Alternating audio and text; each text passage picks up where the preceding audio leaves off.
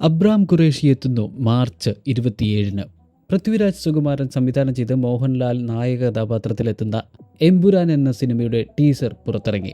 ആശീർവാദ് സിനിമാസും ലൈക്ക പ്രൊഡക്ഷൻസും ചേർന്നാണ് സിനിമ നിർമ്മിക്കുന്നത്. മലയാളം, തമിഴ്, ഹിന്ദി, തെലുങ്ക്, കന്നഡ ഭാഷകളിലാണ് ടീസർ ഇപ്പോൾ പുറത്തിറങ്ങിയിരിക്കുന്നത്.